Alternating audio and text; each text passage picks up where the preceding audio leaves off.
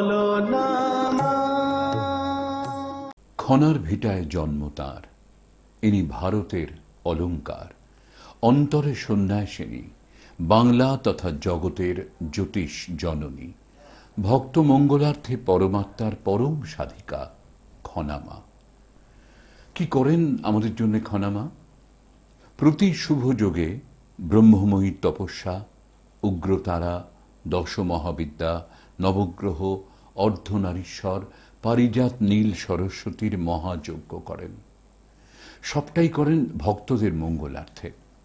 দেশে বিদেশে অগণিত ভক্ত যার যোগতন্ত্র দ্বারা উপকৃত। সুদীর্ঘ সময় ধরে খনামা নানা অসাধ্য সাধন করে চলেছেন। তন্ত্র, যোগ, জ্যোতিষে তিনি চিরদিনই পারদর্শিনী। পরমাত্মার সাধিকা খনামা তাঁর গুরু মহাযোগী ত্রৈলঙ্গ স্বামীর কৃপায় স্বমহিমায় জলে ভাসমান অবস্থায় সুদীর্ঘকাল ধরে তপস্যারত। সবটাই মানব কল্যাণে। এই মহাশক্তি বলেই বাস্তুজনিত বিবিধ সমস্যার অত্যন্ত দ্রুত সমাধান করে ফেলেন আমাদের সবার ভালোবাসার, শ্রদ্ধার খনামা। আপনারা চাইলে খনামাকে কিন্তু পাবেন ইউটিউবেও। আর খনামার কথা আপনারা সকলে জানেন, মা বাবা ভগবান, মনে রেখো সকল সন্তান। একটু আপনাদের বলে দিই আমাদের এই অনুষ্ঠানে ছাড়া আর কোথায় কোথায় আপনারা সরাসরি চেম্বারে খনামাকে পাবেন। বারাসাতের যশোর রোডে হাটখোলা মোড়ে পুরনো শিব মন্দিরের কাছে বিবেকানন্দ অ্যাপার্টমেন্টের ৩ তলায়। প্রত্যেক শুক্রবার বনহুগলি পেট্রোল পাম্প স্টপেজে অর্থোপেডিক হসপিটালের সামনে ২৮ নম্বর ঋষি অরবিন্দ সরণিতে পাবেন খনামাকে। প্রত্যেক শনিবার পাবেন ঢাকুরিয়ায় ৫ নম্বর কালীবাড়ি লেনে, ঠিক ঢাকুরিয়া কালী মন্দিরের কাছেই। আর এইসব জায়গাগুলো থেকে যারা মাকে ফোনে যোগাযোগ করতে চান তারা ফোন করবেন 9831058429 এই নাম্বারে, বিশেষ করে এই দূরবর্তী এলাকাগুলো থেকে। আর কাছাকাছি যারা আছেন তাদের ফোনের নাম্বার হচ্ছে 9831070429। ধরুন এমন হচ্ছে যে আপনি সরাসরি যোগাযোগ করতে পারছেন না, আসতেও পাচ্ছেন না, ফোনেও পাচ্ছেন না। আপনাদের সকলের জন্য খনামা বাংলার জ্যোতিষ জননী, জীবনচক্রে জ্যোতিষ, তার প্রভাব এবং প্রতিকার নিয়ে একটি বইও রচনা করেছেন। এই বইটি এটা আপনারা যদি সংগ্রহ করেন, অনেক মানুষের অনেক প্রতিবিধানের কথা, কিভাবে কি করলে কি হবে সেগুলো কিন্তু এই বইয়ের মধ্যে চমৎকার করে বলা রয়েছে। সেগুলো আপনারা পড়ে সেই অনুযায়ী যদি যা যা মা করতে আদেশ দিয়েছেন বা আপনাদের শিখিয়েছেন সেগুলো যদি করেন তাহলে নিশ্চয়ই তার প্রতিকার হবে। এই বইয়ের একেবারে শুরুতে রবীন্দ্রনাথের একটি চমৎকার উদ্ধৃতি আছে, একটি বিখ্যাত গান, আমি মারের সাগর পাড়ি দেব গো, এই বিষম ঝড়ের বায়ে আমার ভয়ে ভাঙা এনায়ে আমি মারের সাগর পাড়ি দেব। সমস্যা সংকুল জীবনে আমরা ভয়ে, উৎকণ্ঠায়, উদ্বেগে সবসময় তটস্থ হয়ে থাকি। কিন্তু আমি যদি মনে ভাবি আমি মারের সাগর পাড়ি দেব নির্ভয়ে, সেখানে একটা অবলম্বন দরকার হয়। একটা নির্ভয়ে যার কথায় আমরা হতে পারি তেমন কোনো মানুষের দরকার হয়, যিনি তার দৈব শক্তি বলে আমাদের জীবনের অনেক প্রতিকূল অবস্থা থেকে পরিত্রাণের রাস্তা বলে দিতে পারেন। খনামা আমাদের এই জগতে মানুষকে কল্যাণময় জীবন যাপন করার নিশ্চিত করার জন্যেই এসেছেন।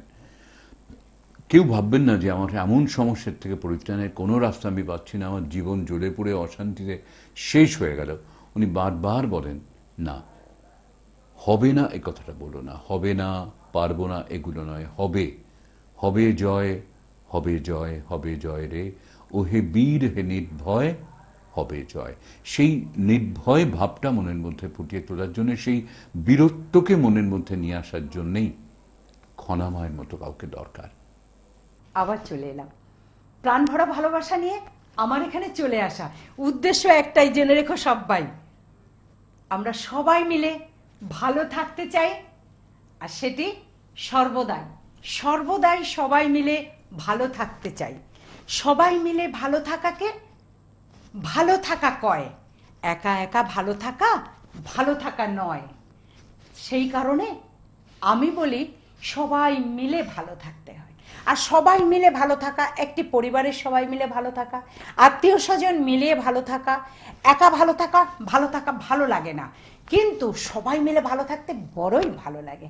পাড়া প্রতিবেশীকে নিয়ে ভালো থাকা, তারপরে বলবো পাড়া প্রতিবেশীকে নিয়ে যখন ভালো থাকলাম তখন তারপরেই আসে জগৎবাসীকে নিয়ে ভালো থাকতে ভালোবাসি।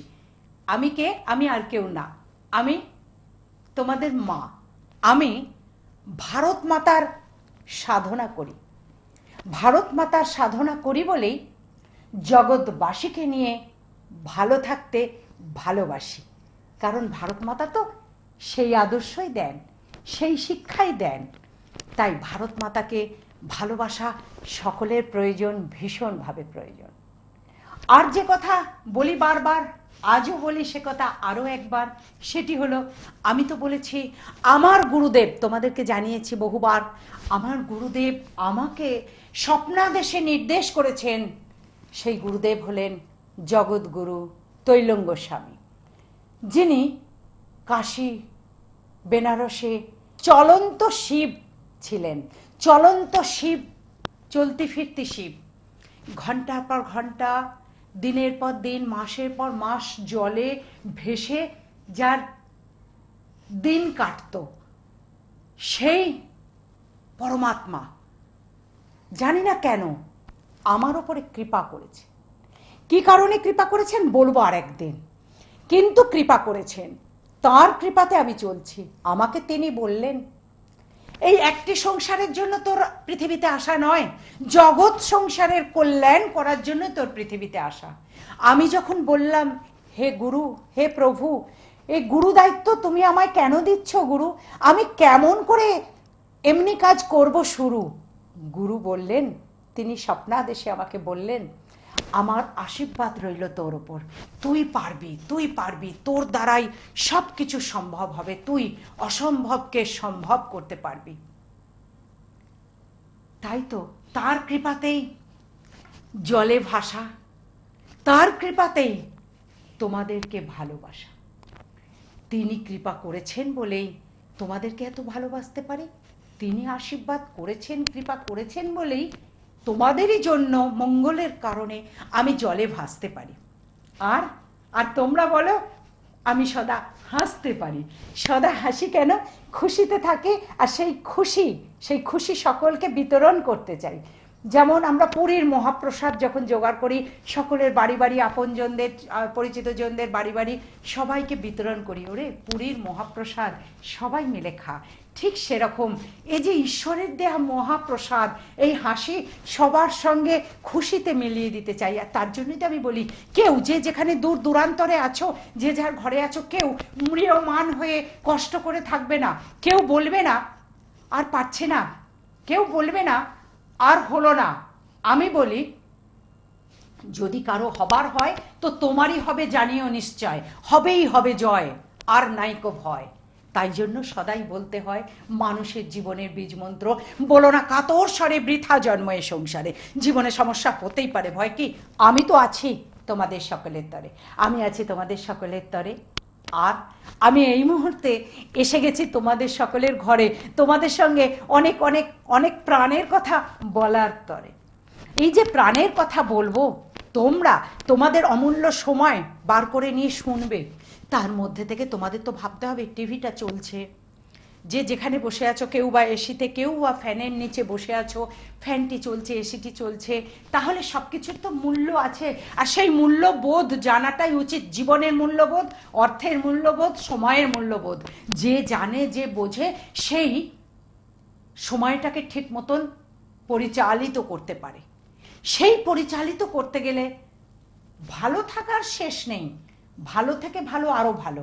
সেই ভালো থাকা, তুমি কেমন করে ভালো থাকবে আর অপরকে কেমন করে ভালো রাখবে।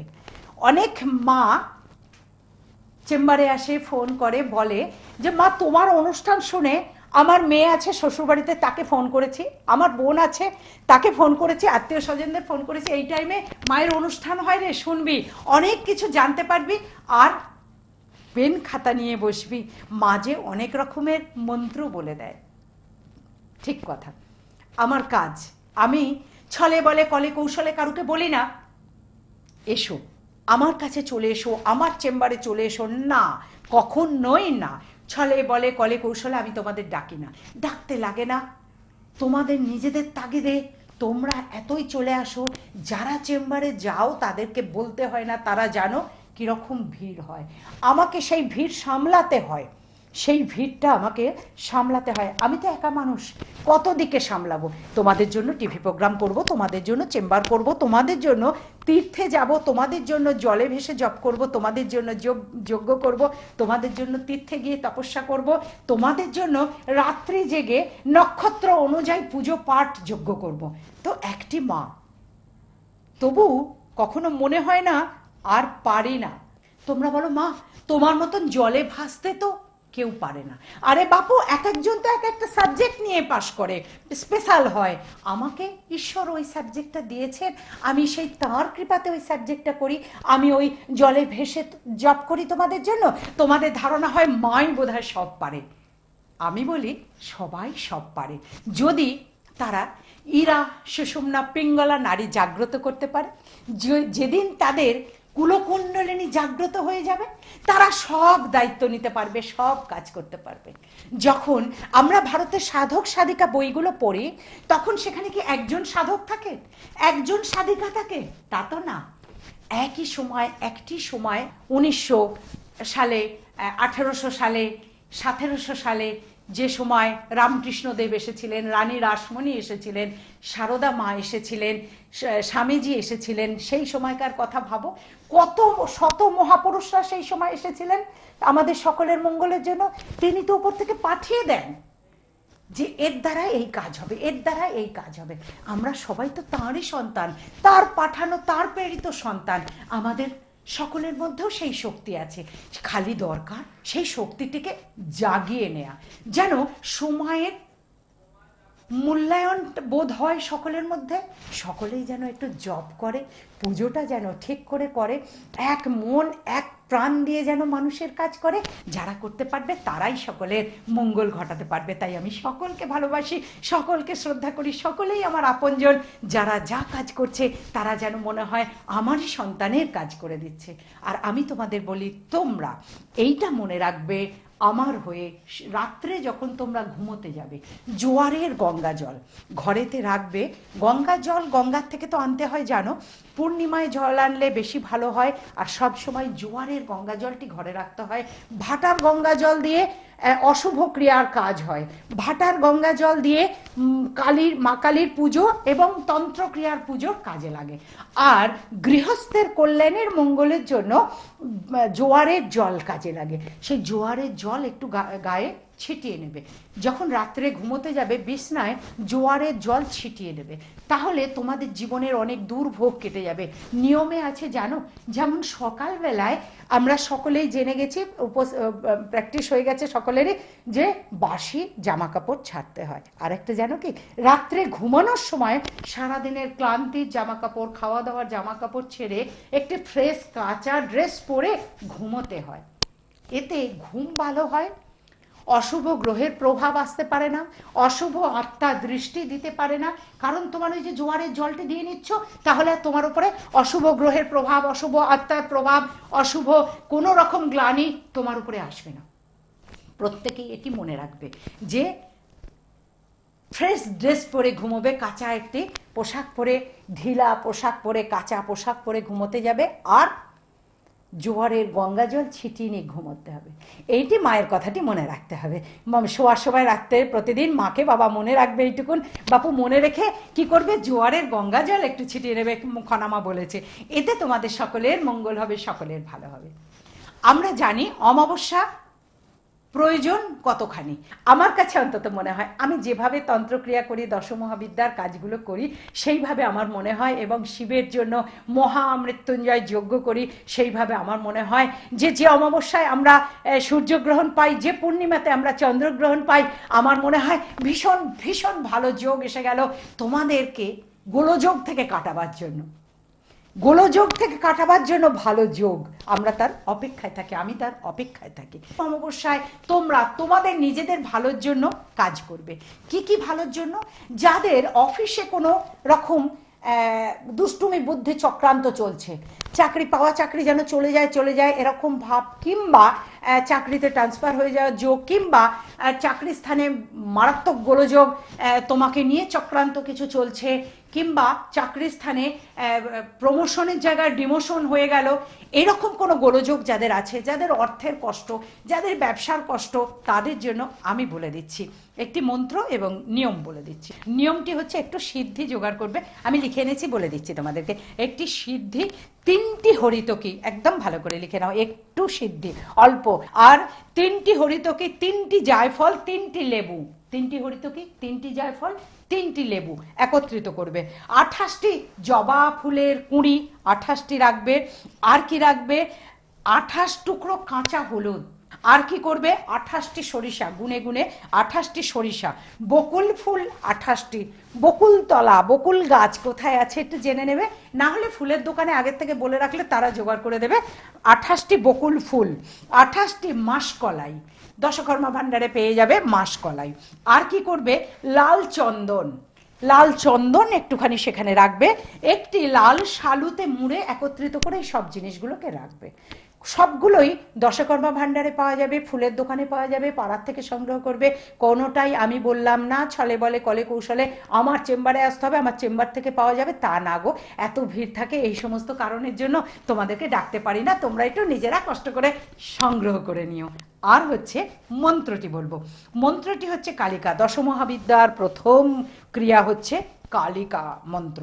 তার মন্ত্র লিখে রাখো। মন্ত্রটি হচ্ছে ক্রিং ক্রিং ক্রিং হুং হুং হ্রিং হ্রিং দক্ষিণা কালীকে ক্রিং ক্রিং ক্রিং হুং হুং রিং রিং স্বাহা।